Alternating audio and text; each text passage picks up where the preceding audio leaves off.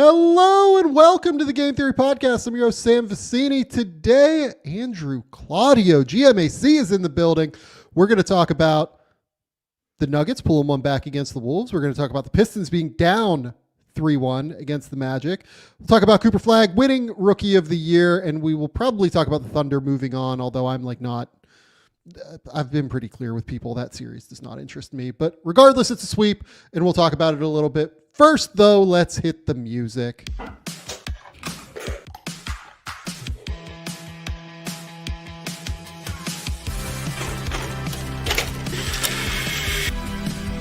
do have a timeout. Decide not to use it.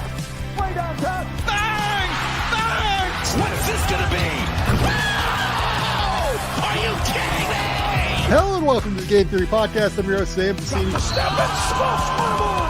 But if you watch the tape, what you will see completely orchestrated this game.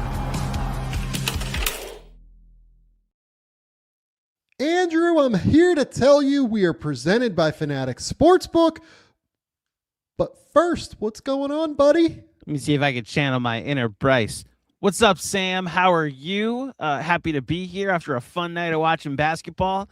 The 90s basketball fan has enjoyed these rock fights and first to 85 games that we've seen the last couple of days. And I will just say off the top, you can see from our template here on Game Theory, no Knicks in the shot. You can't see anything Knicks on my screen at the moment. Pistons fans, I come in peace. I come objectively to this conversation. I promise you, I will do my best to be as even keeled as possible as we talk about what's going on. Well, and I think let's start with the Pistons. Honestly, it's the most interesting thing that's happening in the Eastern Conference playoffs right now. So the number one seed that won 60 games this year is down 3-1 against the Orlando Magic. And I was texting with a friend of mine who's another content creator, let's go with. And he was like, man, Pistons Magic was the best college basketball game I've seen all year. And I was like, yeah, sounds right. 94-88, the Orlando Magic defeat the Detroit Pistons. It is, I think, like basically a 3-alarm fire right now for the Detroit Pistons, if I'm being completely honest. And the reason for that 3-alarm fire is many-fold. Is that a word? The reasons are various and extensive. So let's start here. Jalen Duren, they try to get him involved early in the game. Like that felt like their whole thing. They were really trying to get Jalen Duren locked into this game. Like they wanted him to be like the main guy. It felt like moving in, like getting rolling here. They wanted him to roll. Like they wanted him flying early. So they try to run a post set for him to start the game. Can't even get the entry pass. Ends up being a steal. Wendell Carter then comes down, bangs a three on the wing in transition because Duren is being told to play in the paint. Like that's not really Jalen Duren's fault. Then Franz Wagner stops a Jalen Duren post up. Paulo hits a cross wing kick out to Desmond Bane for 3, 6-0 immediately. Then they try to run like a quick high-low for Duren, and Jalen Suggs, who, Andrew, I've got to tell you, played just about the best 1-for-13 basketball game that I can imagine watching, immediately picks it off, just anticipates it and jumps the lane by tagging and hitting that ball right out of Duren's hands. And it was just so abundantly clear. And then like literally the next play, he gets switched on to Franz and just immediately gives up a layup. And oh my goodness, dude, it was horrific. Like it was a horrific start for the Pistons. They crawl it back. Like they fight this thing all the way back to where I don't know if they were winning at the end of the first quarter, but I think they were. I think it was like a 1-point game one way or another.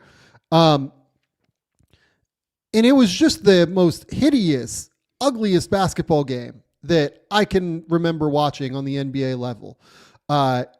Cade goes for 25 with 9 rebounds and 6 assists, but he has 8 turnovers.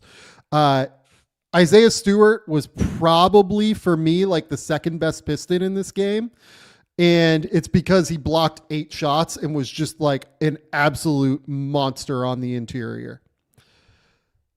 Then on the other side, Paulo goes 18 points on 4 for 18 from the field, but he gets to the line 13 times.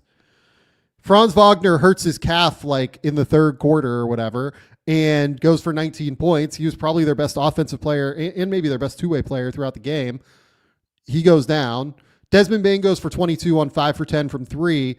Again, Jalen Suggs like did not have it going well as a shooter. Jamal Cain steps up. Like the Jamal Cain game was amazing. Speaking of Jalen Duren, not having a great one, he just got absolutely baptized at the rim by Jamal Cain in this game. Man, there are a lot of things going wrong for the Pistons here. I mean, where do we start?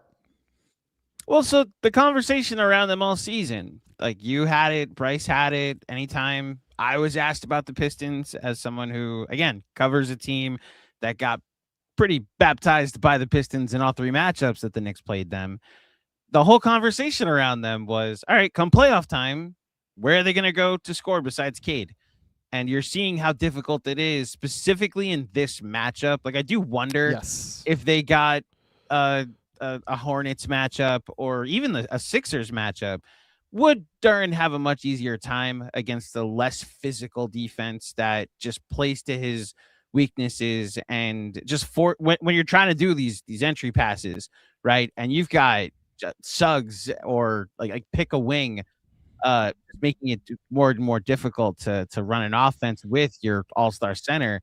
But this was the question all season. Like, will they be able to generate offense outside of Cade Cunningham? And some of the turnovers are like on Cade and they're his fault.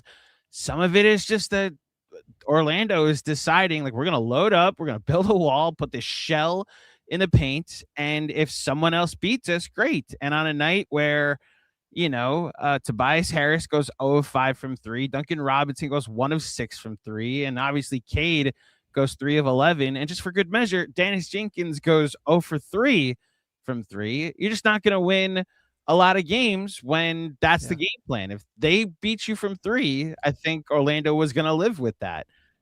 These last 5 minutes, and I know I'll send it back to you, where it's just locked in at 87-85, and like it was right there for Detroit to just hit the one big shot. They were getting every stop they needed. As you mentioned, Jalen Suggs is missing shots, but they could not get that one big shot to overtake down the stretch. And it's why the only 2 field goals that were made basically in the last 5 minutes are the baptism of Jalen Duren by Jamal Cain and a bank 3-pointer by Des Bane. And that's all she wrote. Well, there was the Cain dunk came earlier. The other one was a Isaiah Stewart tip in at the end. The Isaiah Stewart tip in was like totally worthless. It made it 94-88 with 2 seconds left. The Cain, I looked it up. The Cain, because I remember this was the note I wrote down. It was at 4:55 was the Cain dunk on. Crazy. And so it literally just crossed into the clutch time. The 5-minute mark, right? And so that's all we had.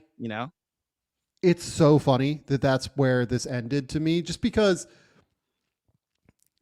this game was so ugly and so hideous the whole way. And what I think I want to talk about most with Detroit is I actually do think that if they had a different matchup, this would look totally different at the end of the day. And like the best way to encapsulate that is Asar Thompson in this matchup, and people are going to be mad at me, I swear, Andrew had nothing to do with me bringing this up, versus Dyson Daniels in the Knicks matchup, right? So because the Knicks can't switch everything, right? They just can't. They don't have the personnel to switch everything. If you switch Karl Towns and Jalen Brunson across the board, you're just going to be in a lot of trouble, right? Not against this team, right? Not against this team. Yeah.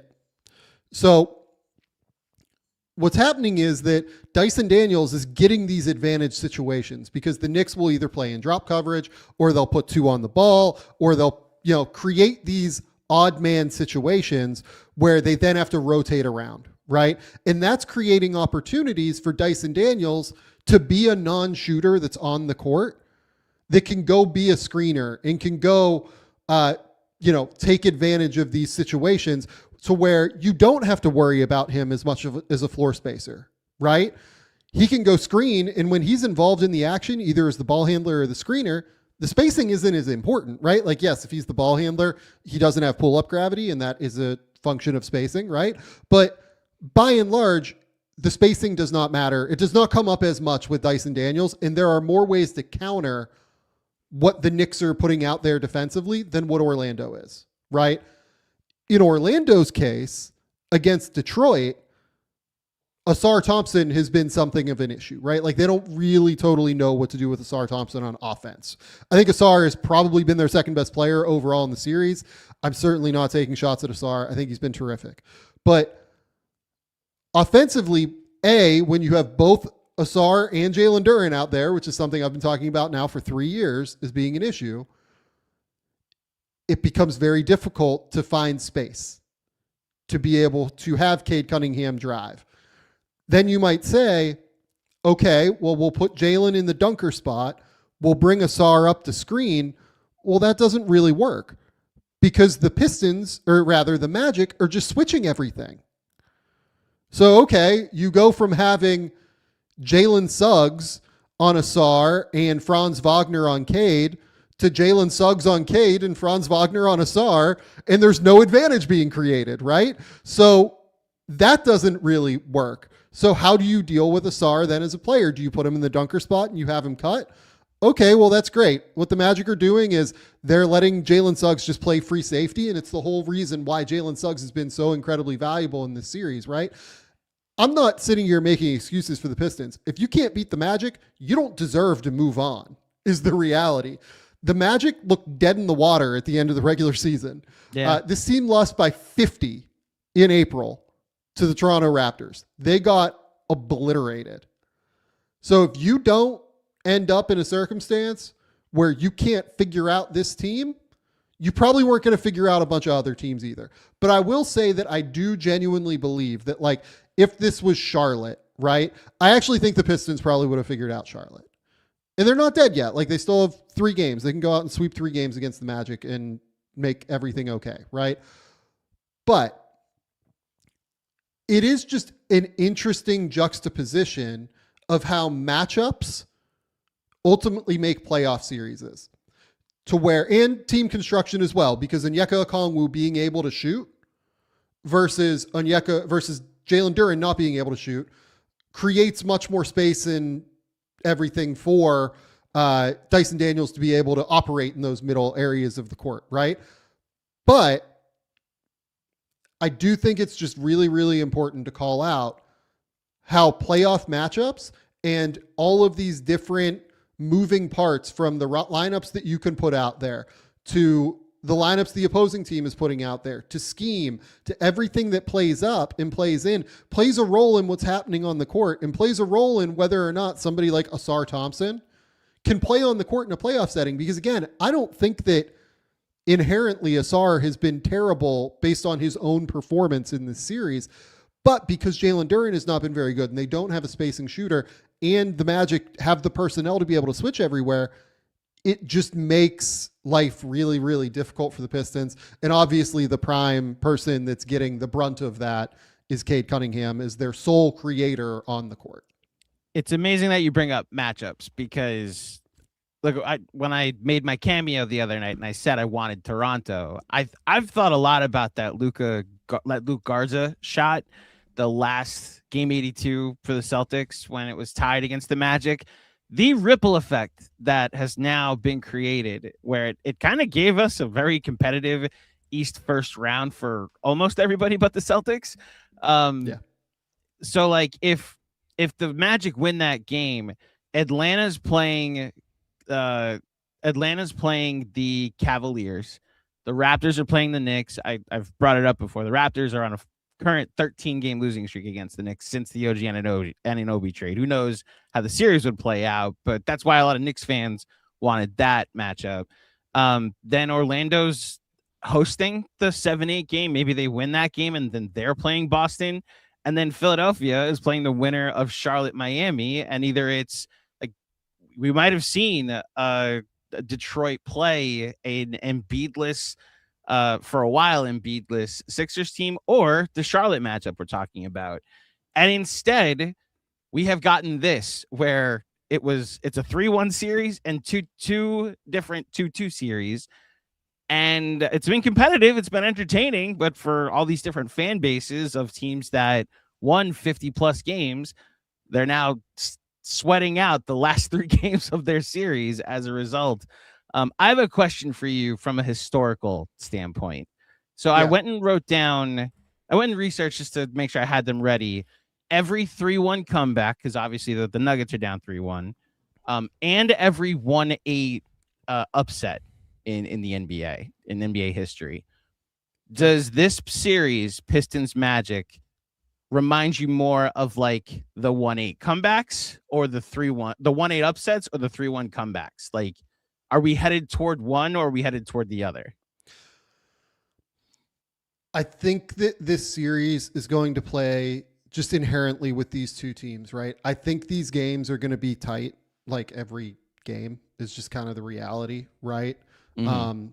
You look at the first 3 games of the series, right? Like Orlando won the first game by 11. Detroit won the second one by 15. But like those games were tight going into the fourth quarter, both times. You know what I mean? Game 3, like Orlando was tight going into like the stretch run there. And then today, game 4, like obviously was tight all the way up until the end. I guess that Detroit kind of blew them out in the third quarter in game 2 now that I'm thinking about it. But regardless, right? I think these two teams, because they both have each other scouted so well offensively, they're probably going to play tight games. And you're asking me basically, can the Pistons end up winning 3 straight close games or games that will probably end up competitive in the fourth quarter? And my response, I think, is no. And look, like the reality is that the reason that I thought that the Hornets were competitive in a potential series against the Pistons had less to do with the Hornets than it did with the Pistons, right? We've known what their flaws were going into the playoffs the whole way. Like you said, we knew that they didn't have much shot creation beyond Cade. And with Wendell Carter being able to just deal with Jalen Duren in space, and with both Paolo Banchero and Franz Wagner being big and enormous and being able to deal in switches with Jalen Duren, it's just really hard. It's really, really hard for Jalen Duren to be able to create any offense, right? And that was something they really started to go to throughout the course of the season, with Jalen Duren like at the top of the key and then trying to drive downhill or trying to create in some way, shape, or form, right? So I think that this looks more like a 1-8 upset right now, if I'm being honest. And like, it's easy for me to say that. They're up 3-1 in the series, right? But even after game 1, what Bryce and I were saying was like, look, it looks like a 50-50 series at this point. It looks pretty tight.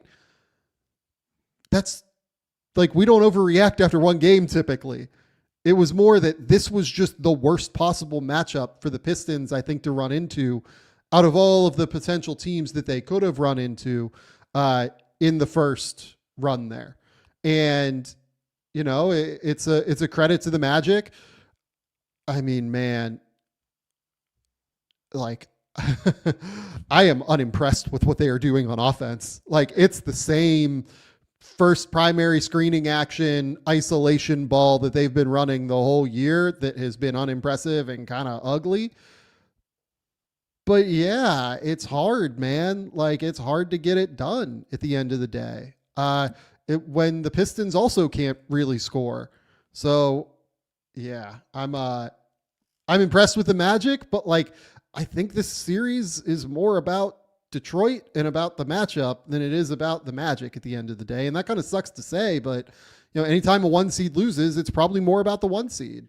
Well, so let me go through just real quickly through that history of the 6 1-8 upsets in NBA history. So the most recent one was when Jimmy Butler and the Heat, who were in the conference finals the year before and were a shot away from making the finals, kind of screwed around all season, lost the play-in game, won the 8th seed, and then Jimmy Butler turned into Michael Jordan for 5 games against Giannis and the Bucks, right? Then you go to Sixers Bulls in 2012, which happened after Derrick Rose tore his ACL in game 1, creating a massive like shift in what the series actually was in a 1-8. You have the We Believe Warriors. You have the Memphis Grizzlies over the San Antonio Spurs, the grit and grind Grizzlies as an 8 seed. you have my beloved New York Knicks against the Miami Heat in the lockout shortened season in 99. And you have Mutombo against the Sonics in 1994. That was a best of 5, those last 2 series. And I bring all of those up just to say, like, you have the anomaly of Jimmy Butler just becoming, again, Michael Jordan for 5 games. You have the Derrick Rose injury. You have the lockout. Like, something weird had to happen in half of those that you can explain those away as like, these are one-time events, right? In the other ones, it's exactly what we're talking about. There just was a matchup that showed up that played to this one seed's greatest weakness.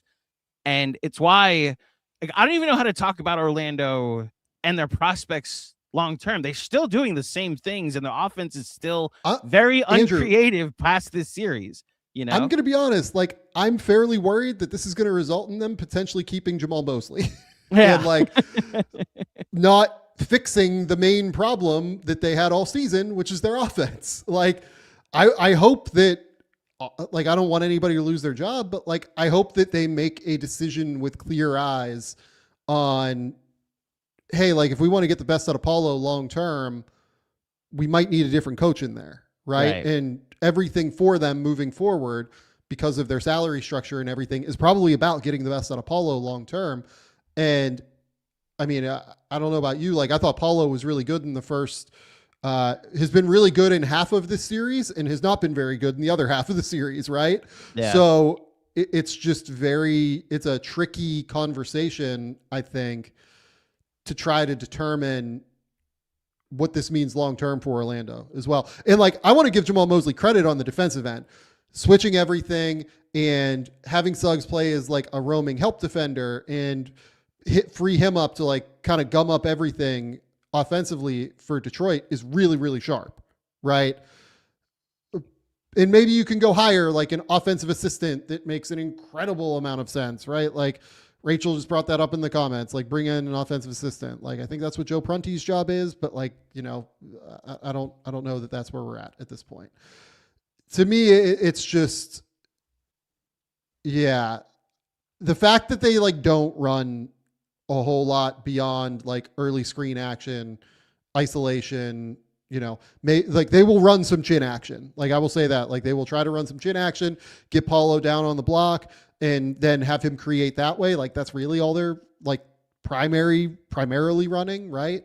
If they're going to get into like an actual action. But yeah, it's, I'm interested to see what Orlando does, is what I would say.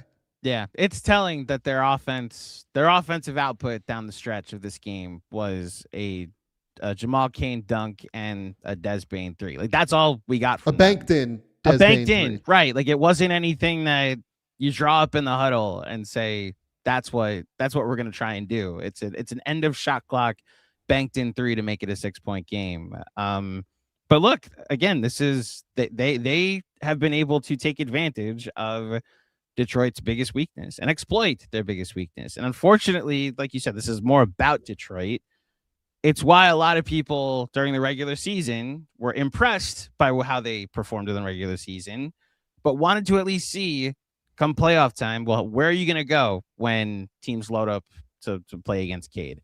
Not dead yet. There's a whole list of 3-1 comebacks that this also could follow. There's even, crazy enough, this is 23 years to the day that Tracy McGrady's 8th seed Orlando Magic went up 3-1 on Chauncey Billups, Richard Hamilton, and this is pre-Rashid Detroit Pistons, but that was a 1-8 matchup as well. And so we're 23 years to the day that Magic team went up 3-1 and then lost the next 3 games. So, yeah, you know, we'll see which history decides to repeat itself. Look, I will say, like, I think that a lot of the Cade turnovers have, like, early on in the series, I thought that some of it was spacing, right? And some of it was just, he's being asked to do a ton, and he's being asked to do everything for this team. It's very clear, I think, that he's like pressing on some level, knowing that like they can't really get a free shot if it's not coming from him, right?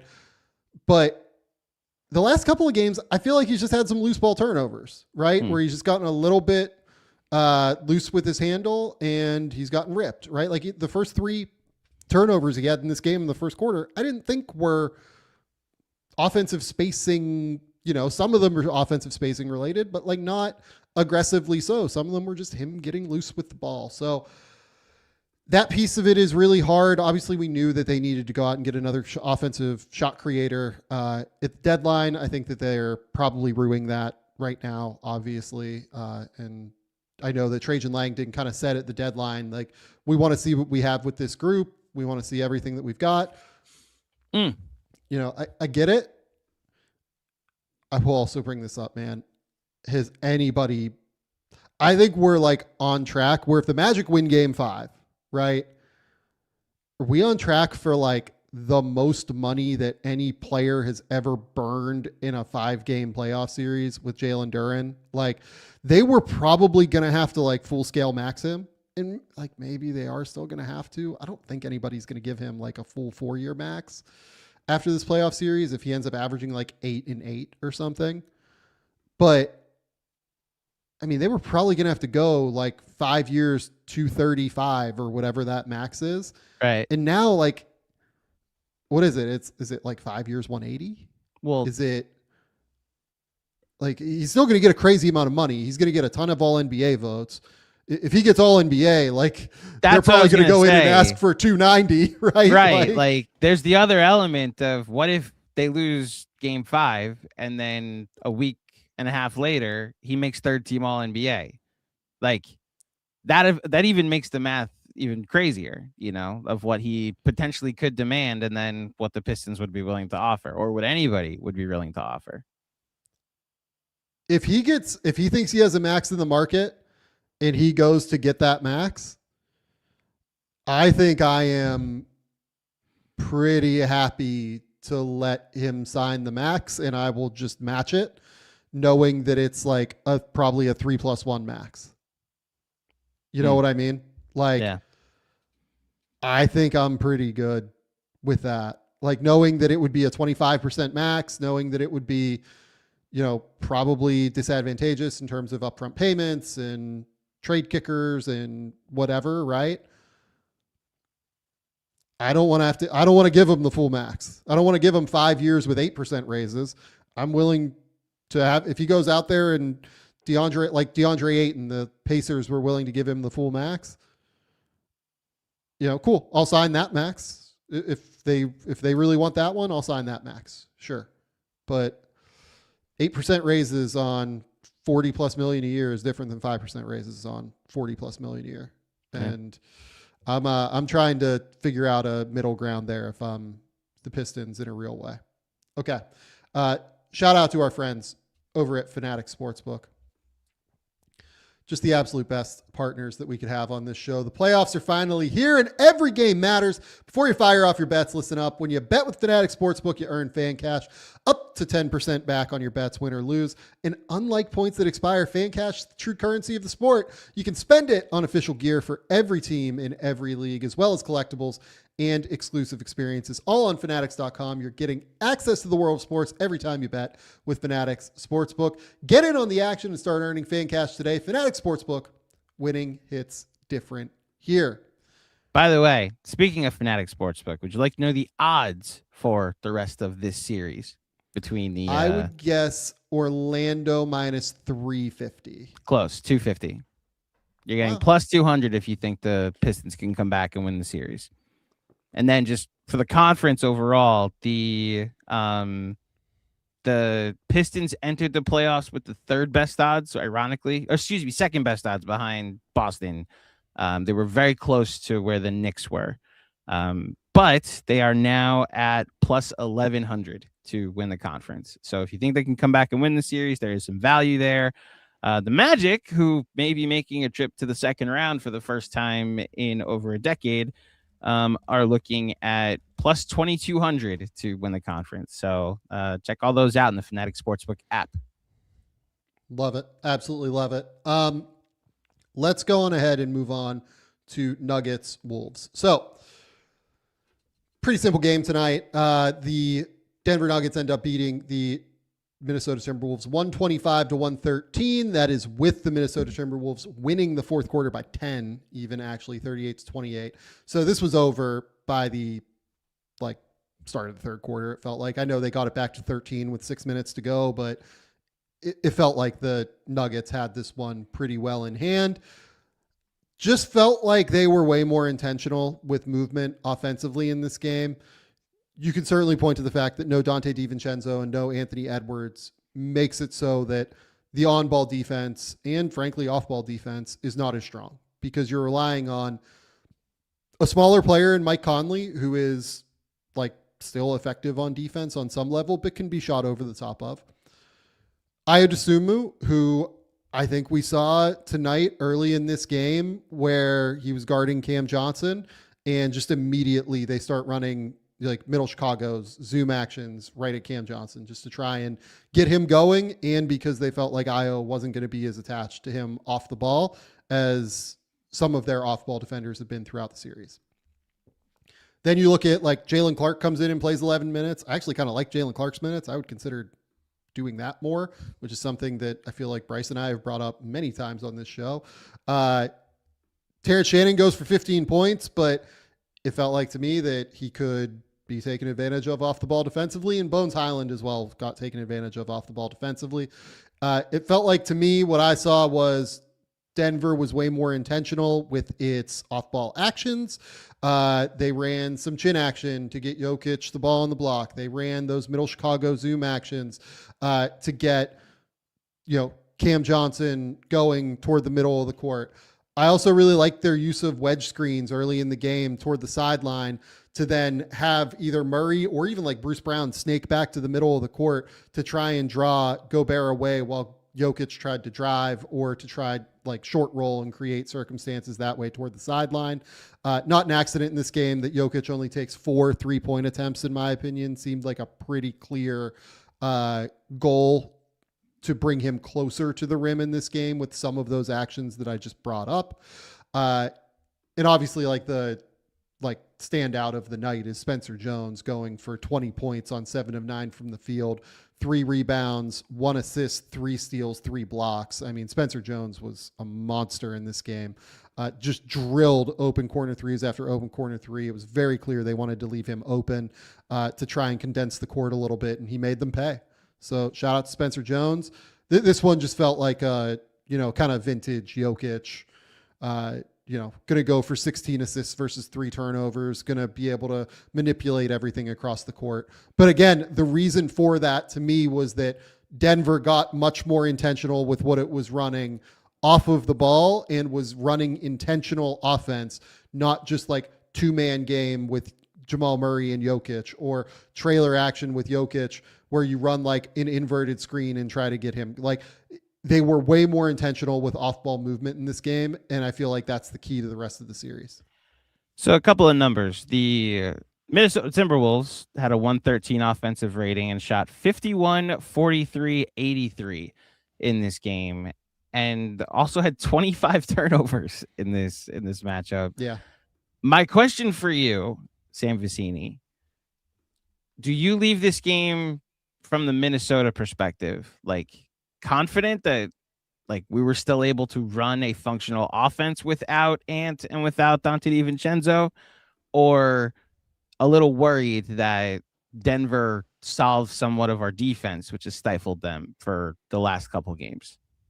I mean, the answer is yes across the board. So it's yes and yes. Got it. Yeah, it's just yes and yes to me because, I think that offensively what we saw from Minnesota was totally fine. And they've had no problem scoring in this series. And I'm not surprised that they've had no problems scoring in this series.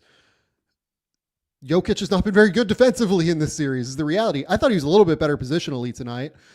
And I thought they did a really good job being aggressive with their hands and being aggressive at condensing space and making Ayo Dosunmu and Bones Highland and particularly Kyle Anderson, honestly, because he was pretty egregious with the turnovers tonight. Seeing having tighter windows that they're seeing, having tighter areas that were really, really hard for them to kind of envision across the board. And Julius Randle as well in that respect, right? He goes for 27 points, but has 5 turnovers in this game. Jaden McDaniels, 4 turnovers. Like, it just felt like they kind of confused those windows for the passing and for the driving lanes a little bit more in this game. And I thought it was really good. I thought it was really well done. And they did this without Aaron Gordon too, which is impressive in its own right too.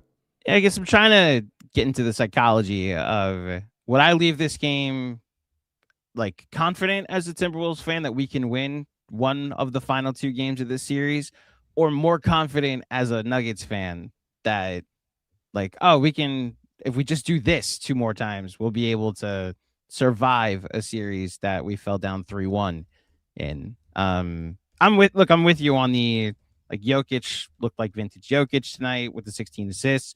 For a while, Spencer Jones was their leading scorer. Like, there was a moment when he was erupting in the third quarter that when they built the lead to push it out to 20, that you just looked up and it's like, yeah, Jokic is 14. Jamal Murray has, like, he didn't shoot all that efficiently tonight. Jamal Murray, 24 points on 23 shots. But yeah, when you hit your threes, funny how that works, that you're able to build an advantage and build a lead like that. I do take some stock personally in them the Minnesota going on that 26-9 run at the end of the game to make it a 10-point game, forcing Denver to keep their starters in and specifically close them out, rather than just be a laugher where there was no pushback whatsoever. So I do think that is something that can carry over into game 6 potentially. But yeah, this does have somewhat of the anatomy of a 3-1 comeback in my mind going into the rest of the series.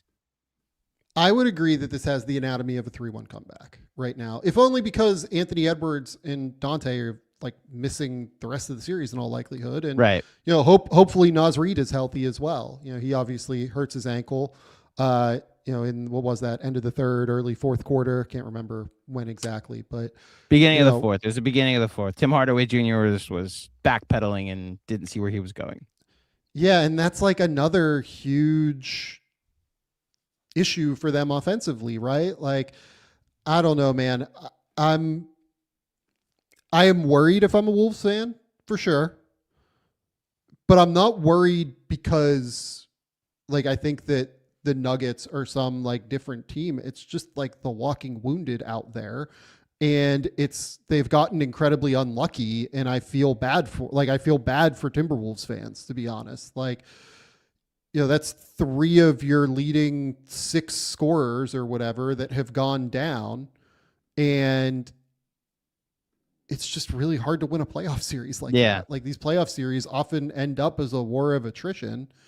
And if you can't stay healthy, you can't stay healthy, right? And, like, Denver fans will say, we don't have Peyton Watson, we don't have Aaron Gordon. I totally get that. And I think it's, like, completely reasonable.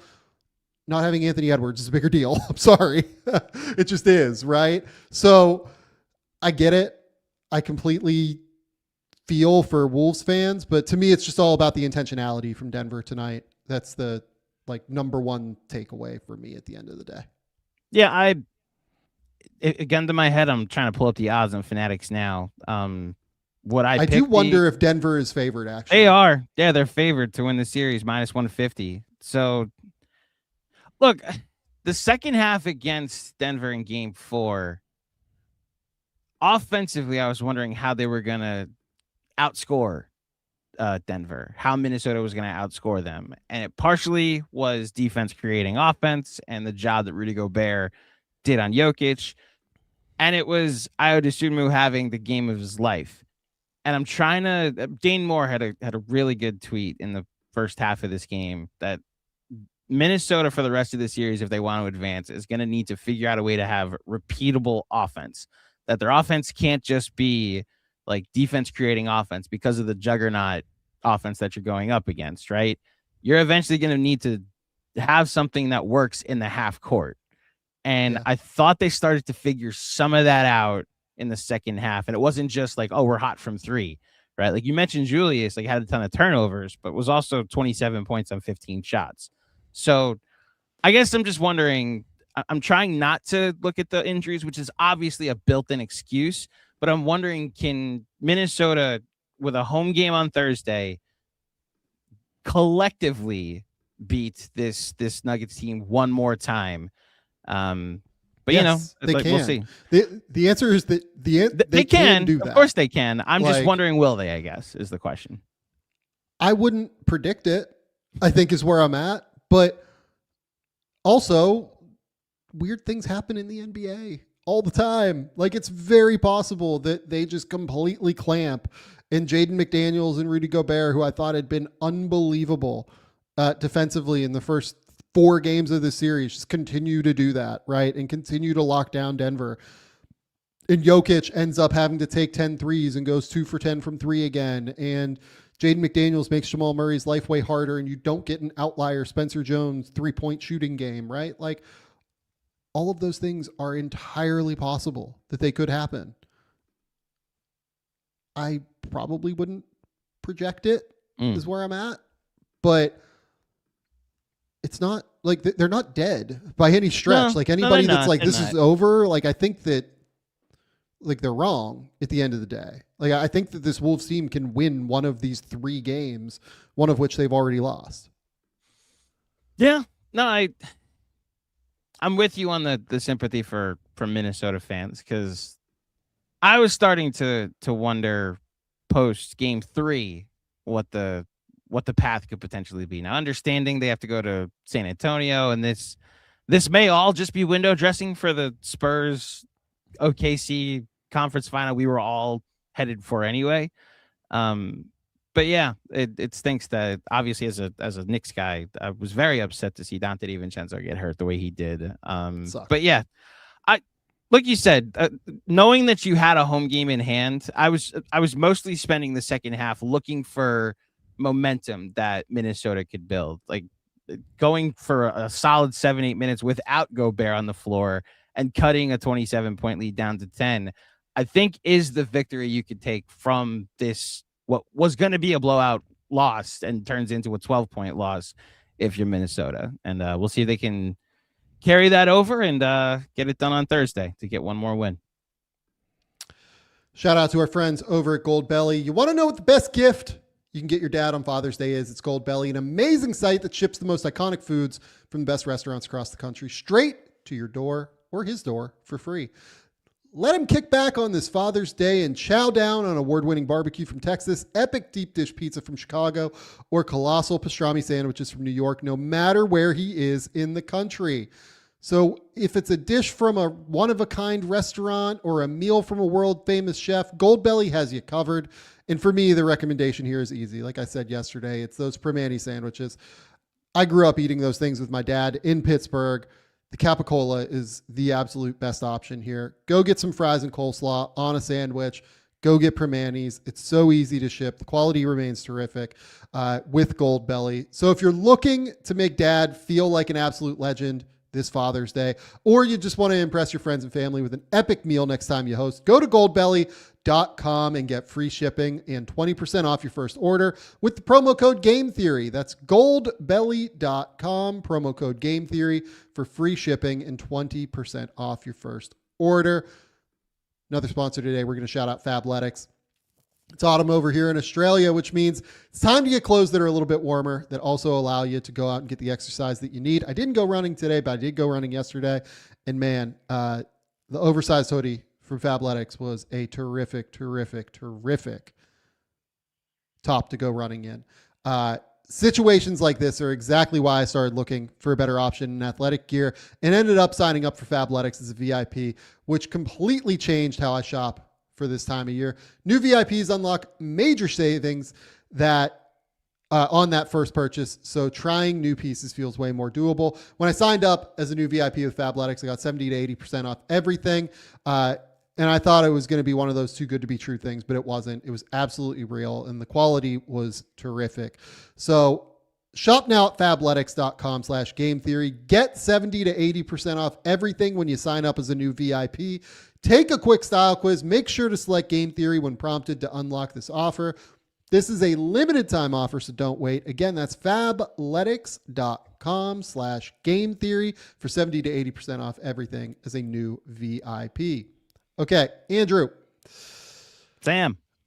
I will just ask you about the Thunder very quickly. I watched this game on like a second screen, sort of paying attention, but like not wildly locked in, right? I enjoyed Chet Holmgren, getting rolling a little bit. Wasn't like a monster Shea game by any stretch. He only played 19 minutes in this one. Like, I don't know what to make of the series. It's over. The Thunder win by 9 here. It's a sweep. Who do you think? Do you have any thoughts on this series before we even talk about like what's next? On the series, not really. I'll be to your point about the second screen. When we have these first round scheduling things where they put a team on Peacock and force me to put them on the iPad, I've largely had this series on the iPad, and anytime I've checked in, and it's usually coincided with, the Thunder are up by multiple dozens of points, I'm gonna go put something else on the iPad. I do think Chet, like you said, got rolling, averaged like 60. Shea didn't play 19 minutes, by the way. He played 19 in the first half. He played 38 in the full game. I was going to say that felt wrong when I said it.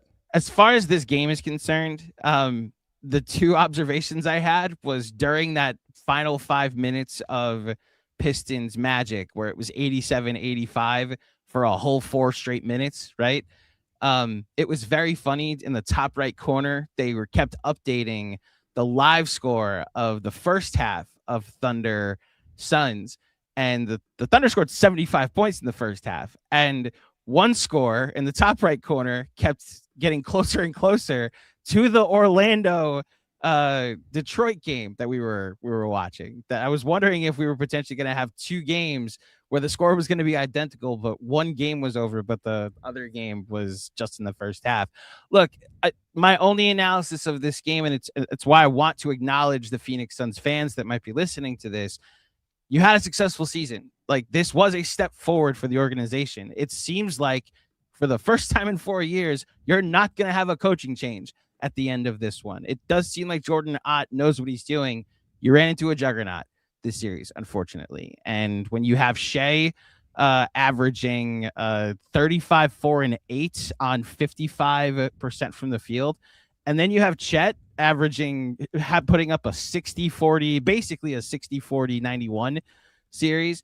And then just in this game specifically, it's really hard to beat the Thunder already. And then they shoot 50% from 3. You're not going to win a lot of games like that.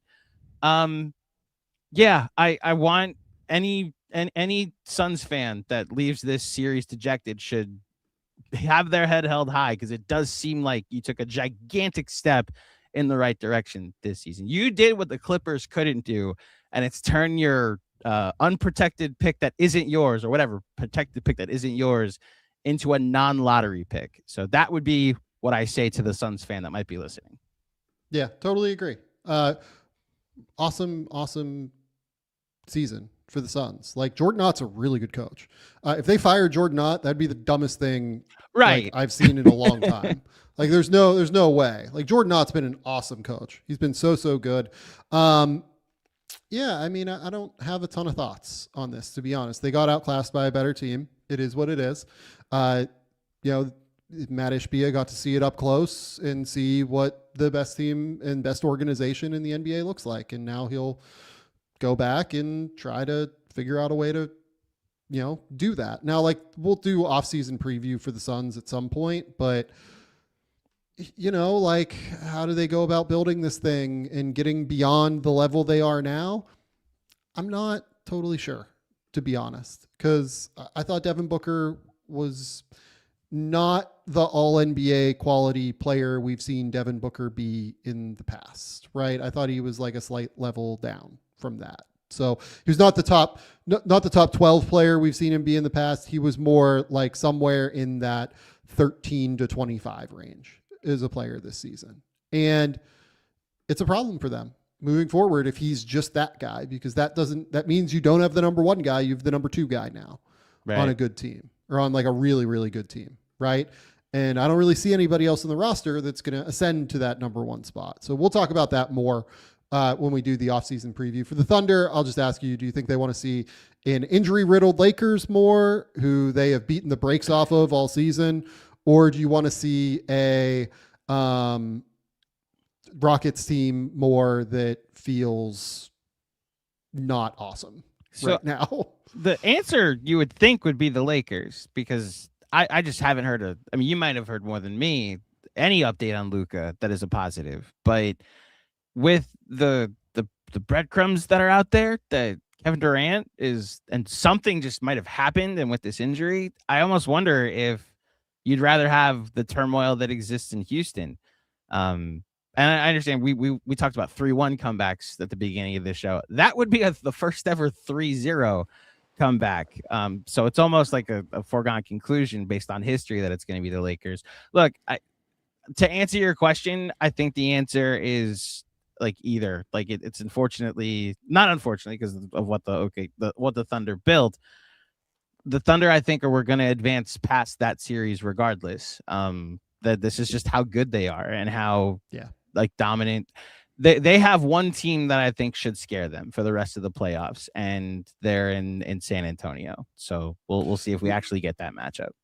Yeah, like I think that either the Lakers or Rockets are really bad matchups for the Thunder, right? Or really bad matchups against the Thunder, right? Like the Lakers, the Thunder will just throw their on-ball defenders at them and will make them absolutely miserable, right?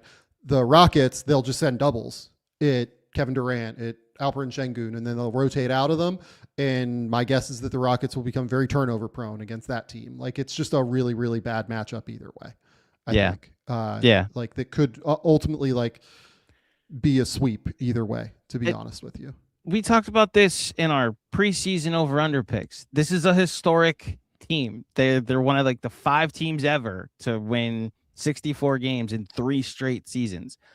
That's just how good they are. Those teams don't concern themselves with who they're matched up against in the second round, or in 2 straight seasons. What it was. Regardless, I really do think if you're the Thunder, you're just kind of sitting pretty. You're the 1 seed. You have, like you said, either the Lakers or the Rockets waiting for you. And, we'll see if they get to the conference finals 8-0 would be more my question if I'm a Thunder fan looking at this. Yeah, I would agree with that. All right. We're going to shout out a couple more sponsors here. We're going to hit Fitbod. Look, I am always constantly searching on Instagram for things that aren't even dog videos or deals on Blu-rays or 4Ks. I am trying to find stretches for my lower back and hips in order to stay loose so I can go golf. And over the last month, I have found a ton of fitness influencers that want to sell you less for more while you're trying to find what you're looking for. But I'm here to tell you that you don't need a personal trainer to get the results you want. Realistically, all you need is Fitbod. Fitbod made it so that I'm no longer doom scrolling at night trying to find answers to what I need. They give you personalized suggestions on how to stretch and set yourself up for success. Then they also give you workouts that fit exactly what you're trying to accomplish. It felt like having a personalized trainer right in my pocket by helping me stay focused while getting a better workout. You can up the intensity if you're looking for a big workout. You can scale it back if you're not feeling it that day. Fitbod makes personalizing your goals easy, and they help you to not have to think about what your next stretch or exercise is going to be. On top of that, the workouts adapt to your growth and keep things challenging as you're feeling gains. Level up your next workout. Join Fitbod today to get your personalized workout plan. Get 25% off your subscription or try the app for free for 7 days at fitbod.me/game. That's fitbod.me/game. Okay, Andrew, I want to talk about Cooper Flagg winning Rookie of the Year. Cooper Flagg is your Rookie of the Year winner this year. 56 votes versus 44 for Con Knipple. I said on the show that I would have voted for Cooper at the end of the day. I thought that what he did was slightly more impressive than what Con did this season. Who would you have voted for, Andrew? And what are your thoughts on Cooper Flagg winning Rookie of the Year? My vote would have been Con Knipple because I do buy into the leverage and the stakes of what Charlotte became and his role in that. I also do think this is one of those races where there really wasn't a wrong answer. This was as splitting of hairs as you probably could have. My thoughts on the voting are a bit more controversial because the NBA waited a week to release the ballots to all the voters. And there's at least one very prominent voice, and I believe there's reports of several voters that switched up their vote from Con to Cooper because of how poor Khan played in the 2 play-in games, which I'm sorry, it's just unfair in that sense that something that didn't have anything to do with his historic rookie regular season affects the vote at the end of it. Like, you're supposed to judge the 82 game sample. If you're judging 83 and 84, I'm sorry, to me that's just very wrong. I don't think this is so much of an injustice because, like I said, I think Cooper Flagg is a worthy winner of Rookie of the Year. I think it also goes historically well with the beginning of his career with what it could be, that it starts with a Rookie of the Year win. It bugs me a little bit that seems to have affected some of the voting at the end of the day. And I'd be curious, like, to just have a full audit of how many, because the first place votes were 12 different, right? So how many of those potentially could have decided whether or not Khan lost it, or whether it wouldn't have mattered if he lost it during the play-in? Yeah, I mean, I'd be interested to know that as well. Cooper goes for 21 points, 6.7 rebounds, 4.5 assists. Khan goes for 18.5 points, 5.3 rebounds, 3.4 assists. Khan had a genuinely historic shooting season for a rookie. He led the NBA in 3-pointers made. He shot 42.5% from 3, 86% from the line. He was a ridiculous shooter.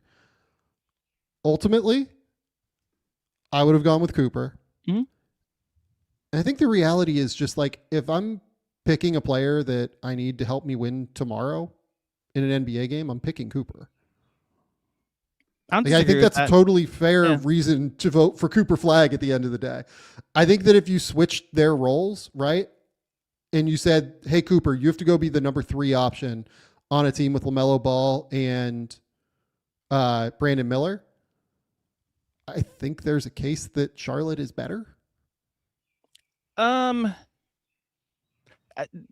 It's tough because what Khan does in that offense, it's like a perfect fit to the puzzle piece. Like, it's the perfect infinity stone to the gauntlet, you know? So I'm trying to be fair to how Khan complemented what all those other guys do. Look, like you said, if the reasoning for why you pick Cooper Flagg is what you're saying, I do think that's a valid reason. Like, if you had to pick between the two to start a team, you would pick Cooper Flagg. I would pick Cooper Flagg. I was just trying to judge the historic rookie season that he had.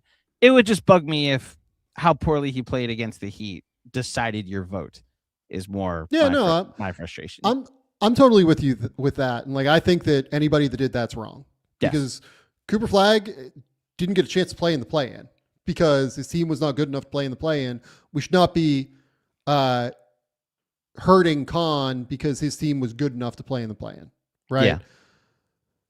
At the end of the day, for me, like, I do think Charlotte would probably be better with Cooper, and I don't think that Khan could go in and play the role that Cooper played with Dallas this year. Like, I love Khan. I think Khan, I had him like extremely high on my board. I had him at number 3 last year. I was like the only person in the public that had him that high. I love Khan. I think that dude is a stud. I think he's awesome. I am such a fan of him, and I am really, really, really like all in on his future, and he's going to be fantastic. I just think Cooper's better. He's better defensively. He's a better shot creator. We're watching in the playoffs, like, the skills that matter when it comes to basketball, right? Shot creation, being able to finish efficiently, which Cooper figured out near the end of the year, not necessarily throughout the entirety of the year, in part because of the schematic situation that he was thrust into with Dallas, where Jason Kidd played him like fully at point guard before he was ready to do so, and without another ball handler on the court. Like, that stuff kind of tanked his numbers. Yeah, like, I just think that I think Cooper's a better basketball player. Like, right now is the reality. And I'm good with just going with that for Rookie of the Year. I agree with you. I want to be clear. I do agree with you if that is the criteria you're using to vote. Like, it's more of a Player of the Year award when you're going with Rookie of the Year. I thought the historic nature in which Khan's shooting created, and just like the story of the season, is what the Hornets were for 3 months. What they finished 6th in net rating. Dude, I'll be honest with you though. Like, for me, a big part of the story of the season is, holy shit, Cooper Flagg is coming. It is, like, that too. I'd argue for for longer of a stretch though. Yeah. Like how many, every team, like again, I do the pregame pod for Knicks Film School. Every single time I talked to another contenders content creator, it's like, did you play the Hornets yet? Yeah. Did you guys get blown out? Yeah. What was that? And it was just, we all took our turns suffering that fate at the hands of the Hornets. So I thought he completed what was a pretty historic starting five. But if you wanted to give it to the player of the year, I'm with that too. I think these are two very strong cases, and you have to look for like tiebreakers in some way. And I went with the guy whose team won a little bit more. I think if you're just doing the better player starting today, I think that's a fair argument as well. It's I know it's a very boring thing to say. I hear both sides, but I do hear both sides. I'm not saying that I think Cooper was a better player like starting today, right? I'm saying that I think that Cooper Flagg, I get the production from Khan. Mm-hmm. I think that Cooper Flagg has been a better basketball player than Khan this year. And I get it that the play finishing and shooting is really important for Khan. And I'm not dismissing that at all. To me, it is more important that Cooper has been creating shots as the number one option for the Dallas Mavericks for like the last 55 games of the year, and has been doing so at a fairly ridiculous level. Like, I'm just telling you, like when you talk to people around the league about Cooper Flagg, people are like pretty like locked in. Yeah. They're like, oh my God, this guy's going to be unbelievable. And this guy's already there. And they should be. I'm telling you, like this year. Yeah. If you ask coaches around the league and you ask front office people around the league, who is the better player this year that you'd rather have if you had to win a game like today in the playoffs, I think that Cooper would be the pick, like pretty clearly. I think that would be the correct pick. Again, I agree with the analysis. I think Khan Cooper didn't have a historic rookie season. It's more the pushback I'm giving. If there is even a hint of pushback. Look, it appears the voters agreed with that reasoning, Sam. So outside of one third place vote for Khan Knippel, which I'm assuming that's insane. I'm assuming that's just the favor to, or someone in Philly wanting to vote VJ second. That they haven't released the ballots yet, but I didn't understand that one. I will be intrigued to see what that looks like. I was very confused about that one for sure. That was a bad vote. I have been very good about not complaining about votes this year. I have been very positive. I've been very forthright in trying to avoid complaining about votes, but that was a bad one. That one didn't make any sense. Andrew. That was a frustrating one. But you know what does make sense? Harry's Razors makes sense, Andrew. It feels like everything in our lives like has leveled up in a big way, and some things like don't make sense based on what we saw 10 years ago or 15 years ago. We have reverse cameras on cars to park. Your phone is a supercomputer. We have everything we want at our fingertips, but the Razor hasn't caught up. It's flimsy. It's overpriced. It's still stuck in 2008.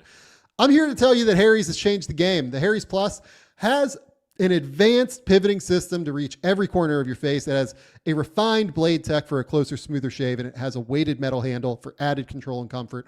With the Harry's Plus, you get a barbershop quality shave with German engineered blades. But the best part about Harry's is how affordable it is. Harry's owns their world-class blade factory in Germany. No outsourcing, no middleman, because they control the entire process from steel to shelf. They keep costs low. And Harry's has launched their most advanced razor ever, and it's still cheaper than what you're going to find in the grocery store.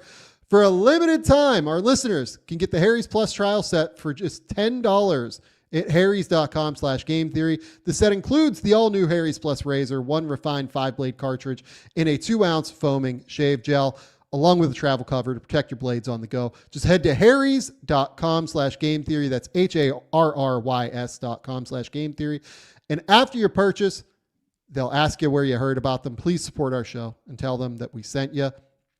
Go to harrys.com/gametheory. Second, Quince, this time of year, always makes me rethink about what I have in my closet. I'm trying to keep fewer things, but better things, pieces that are well made and easy to wear all the time. That's why I keep coming back to Quince. The fabrics feel elevated, the fits are thoughtful, and the pricing actually makes sense. Quince makes high quality everyday essentials using premium materials like the 100% European linen and their insanely soft flow knit activewear fabric. Their men's linen pants and shirts are lightweight, breathable, and comfortable. Basically the perfect layer for spring. The pants strike the right balance between laid back and refined, so you look put together without trying too hard. And the best price is that their price, or the best part is that their prices are 50 to 60% less than similar brands. The bamboo jersey lounge shorts have become an essential in my wardrobe. They're so comfortable and they feature a relaxed fit and an elastic waistband for easy movement, making them ideal for lounging around the house or running errands. Refresh your wardrobe with Quince. Go to quince.com/game theory for free shipping and 365-day returns. Now available in Canada too. That's QUINCE.com/game theory for free shipping and 365-day returns. Quince.com/game theory. All right, Andrew. Sam. We got more news today on anti-tanking measures. So I want to talk about those very quickly. Sam Amick over at The Athletic, my colleague, wrote about how NBA draft reform will take place on, the next step toward NBA draft reform will take place on Tuesday, when league officials are hosting a general managers meeting on Zoom that was added to the schedule as a way for all 30 front offices to continue taking part in this pivotal process. According to league and team sources, a heavy frontrunner has emerged among the three proposed solutions to curb widespread tanking problems that put such a strain on this season. Option 1, in which 18 teams would be a part of the draft lottery as opposed to the current 14. And the bottom 10 teams of those 18 have an 8% chance at landing the number 1 overall pick. The remaining odds, 20% in all, would be divided among the remaining 8 teams. In the current system, the bottom 3 teams all have a 14% chance of landing the number 1 pick, and the odds decline from there. So basically, the bottom 10 teams would all have an 8% chance at landing the number 1 overall pick. Number 11 through 18 would have, I don't know, somewhere less than that, but would add up to 20% total. My read of Sam's report here is that there would be in, whatever number they settle on, 14, 18, 22, like wherever you set 10, like whatever it is, right? You probably do that many lottery picks, because that has to be a piece of this, right? Because if you just do, we're reducing the lottery odds again to 8%, but we're only doing 4 lottery selections, right? So 1 through 4, teams are still going to tank at the end of the day, right? So to me, you at least have to go like out to 10 with lottery picks if you're doing it this way. And I don't really agree with doing it this way, but if you're going to do it this way, that's the key. I am not a huge proponent of this. I think that it's going to really upend a whole lot of things league wide, and it's going to make these teams that are entering rebuilding processes from smaller markets, like if you're Milwaukee and you lose Giannis this summer, you are in such a real area of strife at this point. It will make scouting all the more important. It will make pro personnel scouting all the more important. You can't really luck box your way into high draft picks if you do this, which is what the league wants, which I do understand on some level, right? I think it's just going to be I think we're going to create a circumstance where there are haves and have-nots on some level, and I don't feel great about that. The thing that I do want to emphasize, that I have talked to general managers, front office people, everything like that, right? A lot of people are seeing this as like a shorter term solution. Because when they go and do, and maybe this will be the long-term solution, right? Like maybe they do this and it goes really well and they're like, yeah, great, this is what we want, right? But this is being envisioned a lot more as like a shorter term fix to fix this problem for next year's lottery, right? Because at the end of the day, they're going to have to agree to something again when they do the next collective bargaining agreement, right? And the next collective bargaining agreement comes up in like 4 or 5 years, right? When they'll start negotiating. So this is not seen as some like, this is the way it's 100% going to be for perpetuity into the end of time, right? They're really just trying to like get a handle on this right now, is my read. So having said what I just laid out for you, Andrew, are you a fan of this? Are you not a fan of this? Where do you sit on all of this? So I haven't really had a chance to talk about lottery reform that much because my team won 53 games and does have a first round pick, but it's a swap with the Nets and traded their entire draft future for Mikal Bridges. Like you said, it's a solution. It's not the best solution. I do also think about it's funny you bring up Milwaukee as an example. I have to look at it through the perspective of the team I root for and cover, right? And so if you're telling me like next year, if the Knicks take a step back, like if maybe it's a season from hell, or just like Brunson and Cat both have injuries, but they come back and they win 44 games and they're in the play-in, but they're a 7 seed, right?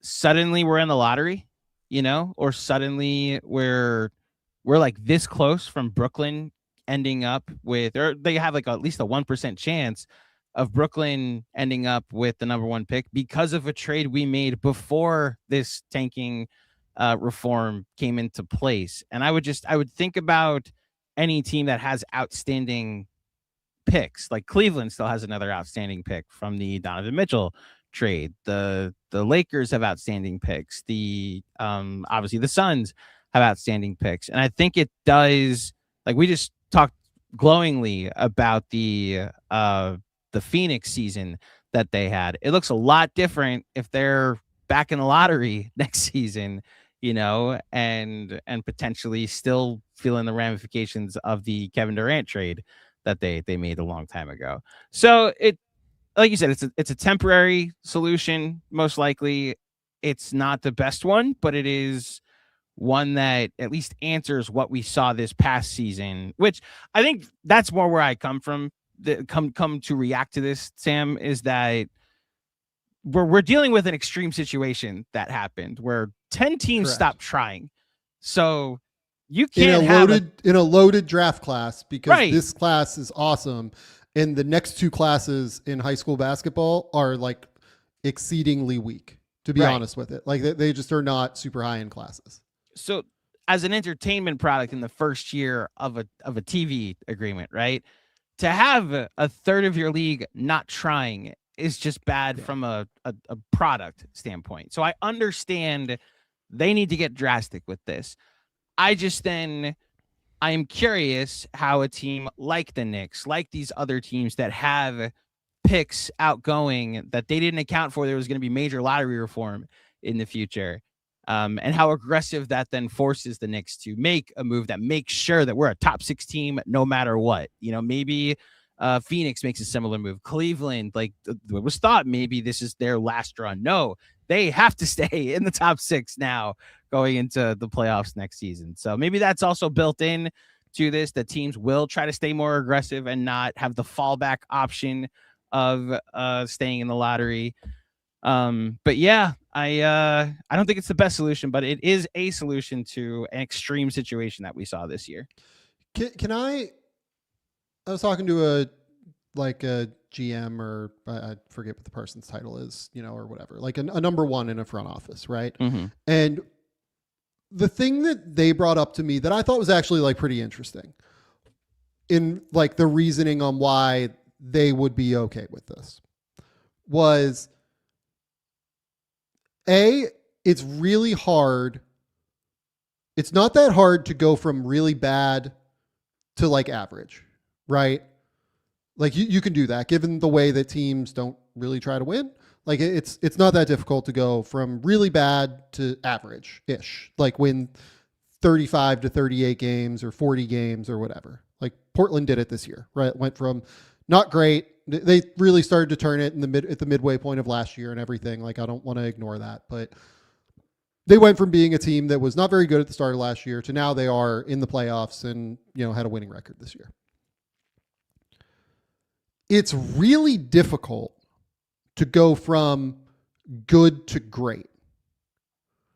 So on some level, in theory, this makes it easier potentially, if you get lucky on lottery night, to go from good to great. And like, maybe we should be rewarding those teams that go from good to great, right? Maybe we should make it easier to go from good to great as opposed to going from, bad to good, right? I don't know that the league wants that necessarily, because I think the league would prefer like as much parity as is humanly possible in the NBA and making it easier for terrible teams to go to being like reasonable and having that level of hope, right? I did at least think that was an interesting point where it's like, hey, the hardest leap in the league is really going from like being a good team to being like this awesome team that has a chance to win a title, right? Unless you've won the lottery and you've ended up with one of those guys ahead of time, right? Like San Antonio went from not very good to second best team in the league in 2 years, right? Yeah. Because they got Victor Wembanyama. I at least found that argument compelling, I guess I would say. That making it easier for some teams to go from good to great is a worthwhile thing to do, because those are often the teams that are contending and trying hard. I guess I would then still ask what you asked, like how many teams are we drawing? Because if you end up with 10 lottery teams being selected, like 10 actual ping pong balls or ping pong ball patterns, I should say, being selected, then yeah, I do think this does solve the teams stop trying with 30 games left in the season problem, but I don't know. Again, if you were Detroit, like say Detroit this year, they have no outgoing pick this season, and last year they were 44 and 38.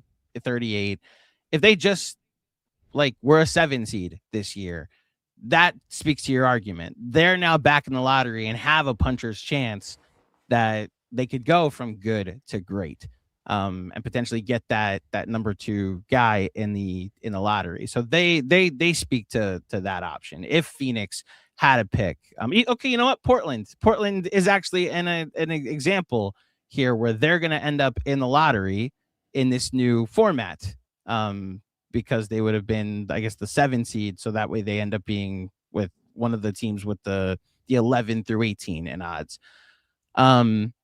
Yeah, I think there's going to be a lot to iron out for teams that already have their picks outgoing. And just the other element of this, because it's funny, that's what you took from the Sam Amick article. I took that Mike Brown's job might not be safe if he wins the title, which was very funny, or at least makes it to the finals this year.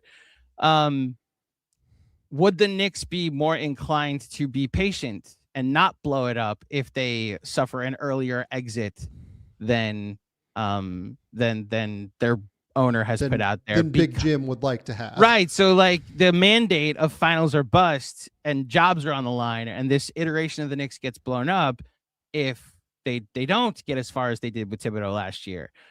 If this type of reform is coming and you don't have your pick next season, are you less inclined to rip up this very solid floor of at least top 4 or 5, really at this point, top 3 or 4 in the conference, right? So yeah, maybe that forces teams to ride it out. Like Cleveland is another example of that. Like maybe they're a team that would not try to make some, I know they have to make some second apron decisions, but they still want to keep a specific floor in mind. So yeah, maybe that also forces the teams at the top to try and stay at the top, rather than make financial decisions in the future. Could be. Yeah, that's an interesting point too. I think that's actually a really, really smart point. Yeah. Final question that we got here from somebody. I actually thought it was just a good question. Hi, Sam, slightly off topic, but what are the thoughts in league circles regarding Matt Lloyd? So Matt Lloyd is a candidate for the Chicago Bulls general manager job, or president of basketball operations job. He's currently the general manager of the Minnesota Timberwolves. He's the number 2 behind Tim Connolly.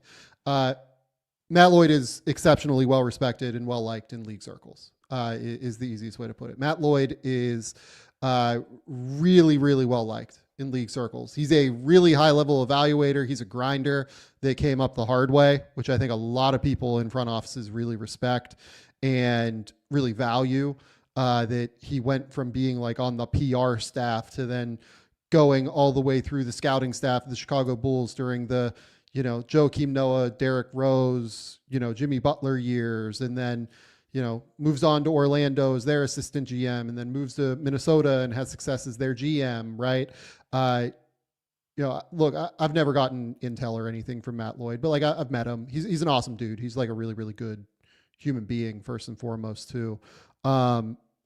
It would make a lot of sense to me for him to get a job, I would say. It would make a lot of sense for him to get a job. It would make a lot of sense for it to be Chicago. I think that this is a team that probably needs like a really high level evaluator in the mix.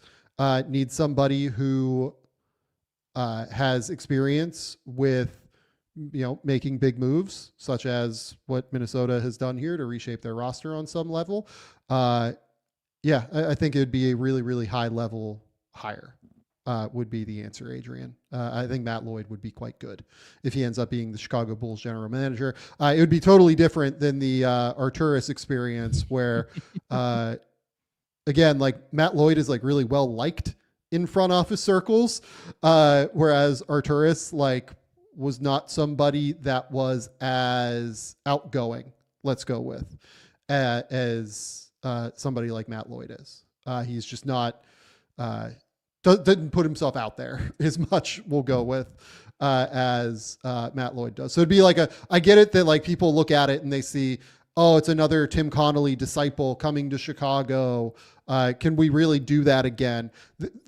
Could not have more polar opposite, like skill sets is what I would say as is like Matt Lloyd and Arturis. Like they're just very, very different in terms of the way they go about things. That I would be interested to see what Matt Lloyd could do as a general manager, as a president of basketball operations. I think I would say. Good stuff. I've listen. The Knicks may be looking for a new head coach, according to Sam Amick, pretty soon. So I think Billy Donovan's a lead candidate for that, by the way. So yeah, we'll see if I end up in another. Bring in Billy. Let's go nuts. Like he was not Billy's not a CAA guy. So he's not. I don't know. He know. was one of the people when they fired Tibbs. Then they just started asking currently employed coaches last year, "Hey, can we hire you? Well, if my team lets me." And every team was like, "No." And then they had to go look overseas, and then look to college, and then it became Taylor Jenkins or Mike Brown, and they chose Mike Brown. Yeah. So, Dirty Dancer, shout out Dirty Dancer in the comments, says Bob Myers might be breathing down Leon's neck too. In Leon Rose. I just want to like mention for people, like Bob Myers' job right now is like awesome. Yeah. He has like no, from what I understand, like no like pressing responsibilities like day to day and everything. Like he got to help the Washington Commanders, like hire a coach or whatever, like, or what was it? What did they do? They just went and hired like a president or something like that. He gets to be involved like in some basketball occasionally, from what I gather, like in Philly, right? Or like whenever like Josh Harris like needs advised on anything, right? So I would imagine he's getting paid quite handsomely to like live in all of those worlds. I don't. There's nothing like Dolan money, man. That's the problem. But like there is, like Josh Harris might be richer than Big Jim Dolan. He might. That's the thing.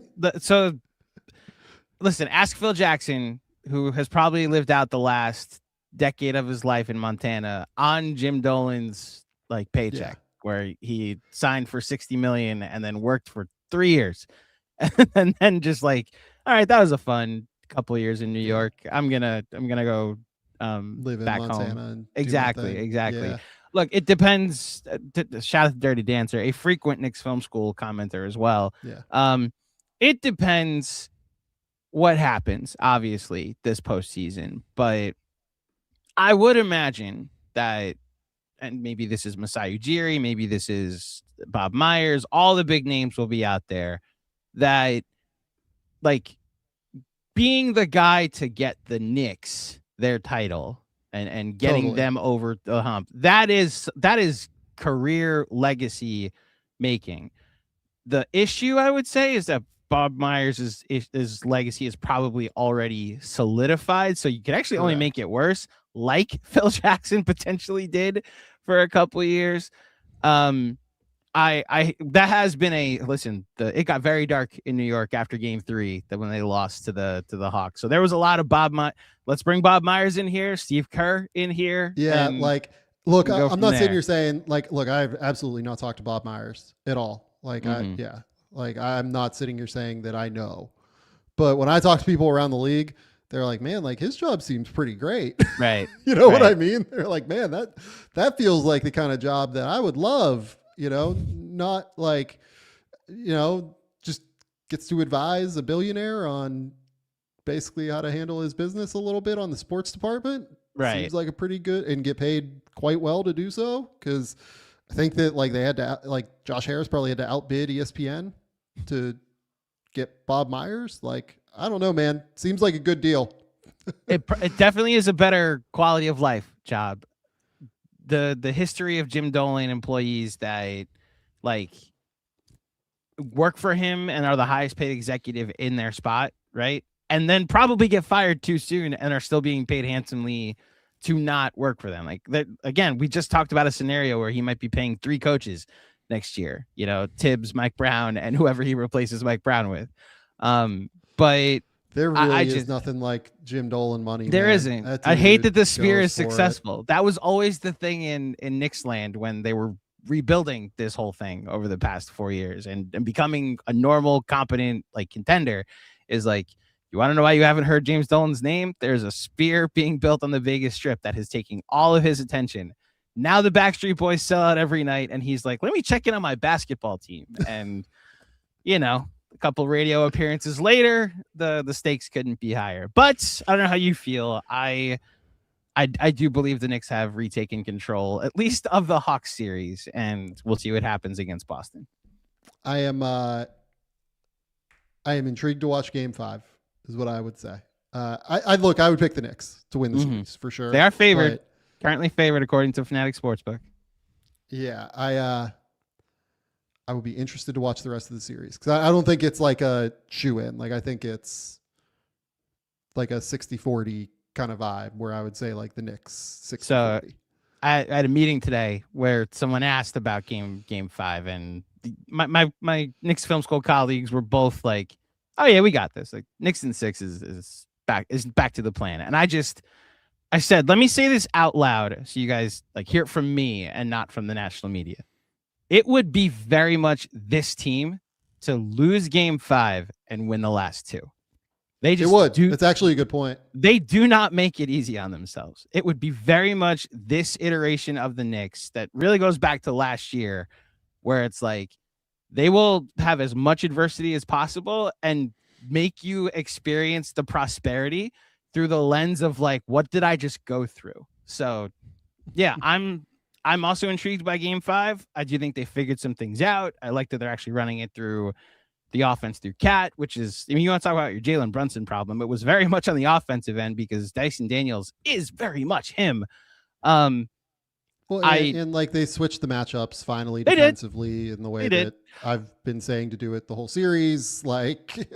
It makes all the sense in the world. We always somewhat disagreed on how bad or problematic the Knicks defense actually was, right? They hadn't given up more than 108 points yet in the series, and they lost 2 1-point games. So I like that they switched the matchups. They give up 98 points.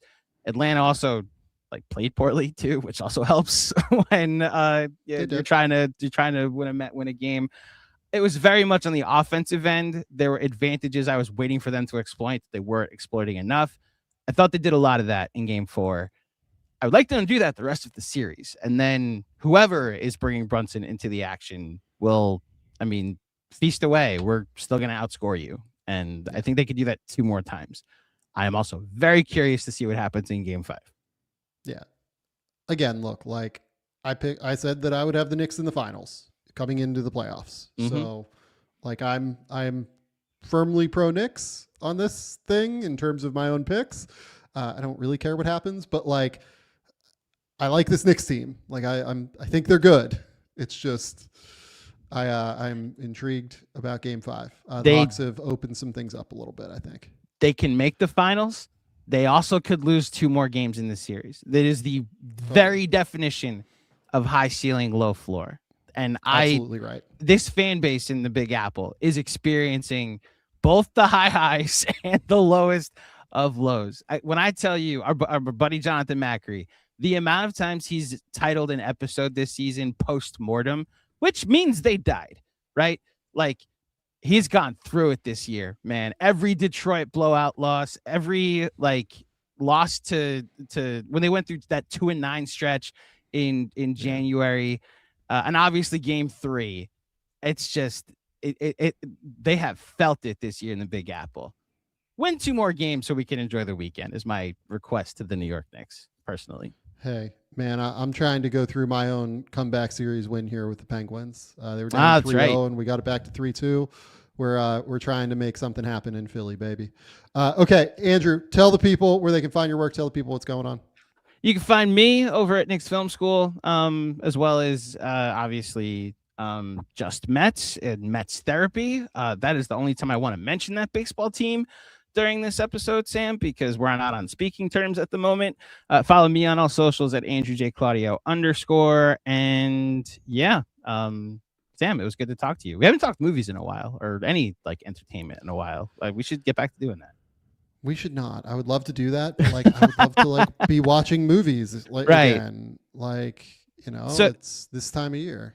You know what, to that point, I haven't been able to go see the Michael Jackson movie. The last thing I saw was Project Hail Mary. I'm not paying money to see the Michael Jackson movie. I'm good. The correct choice. I have entirely too many mothers and mother-in-laws in my life that need to go see the Michael Jackson movie. So that's why it's I kind of have to go see it as soon as possible.